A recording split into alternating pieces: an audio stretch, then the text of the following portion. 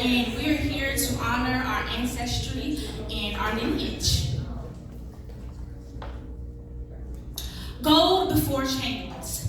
Who taught your lungs how to breathe when breathing itself was resistance, not survival, resistance? Who taught your chest to rise and fall in a world that built systems, hoping it would one day stop?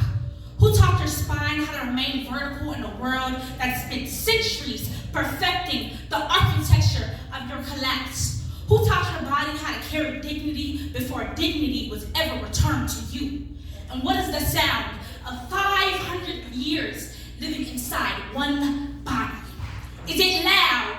Is it violent? Is it quiet? Like breath, like memory, like something ancient moving invisibly through your bloodstream even now? Maybe it sounds like footsteps, not running, not fleeing, walking forward, steady, certain. Maybe it sounds like your grandmother standing at the sink before anyone else wakes up, water running, light, barely entering the room, her hands already working. Not because she is told to, because she understands that continuation is its own form of resistance. Maybe it sounds like your name spoken by someone who loves you fully, correctly, without hesitation. Or maybe it sounds like your heartbeat, not asking for permission, not waiting for approval, just continuing. Because you did not begin here. You did not begin in survival, you began in belonging. You began in land that recognized your footsteps. You began in air that did not question your right to breathe. You began in bodies that moved freely without ever imagining they would one day be owned. There was a time your existence was not debated, it was understood. There was a time your skin was not politicized, it was honored. There was a time your name was not shortened, reshaped, or replaced. It was spoken with intention, with care, with knowing. You come from people who understand the language of creation, hands that shaped earth into shelter, minds that studied the sky and understood that the stars were not decoration, they were instruction.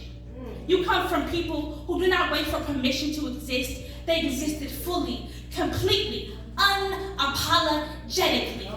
And even when the world shifted, even when distance tried to interrupt memory, even when history attempted to rewrite identity, something remained. Something refused to disappear and lived posture. In the unconscious way, your shoulders still straighten when you walk into a room. It lived in instinct. It lived in the quiet voice inside you that whispers, continue.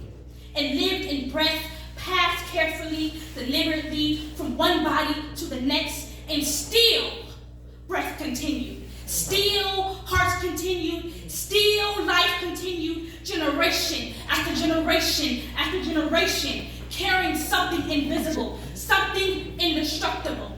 You can see it now in the way your mother knows how to endure, and the way she carries responsibility without ever announcing the weight of it. You can see it now in the way your father learned to remain steady even when the ground beneath him was uncertain.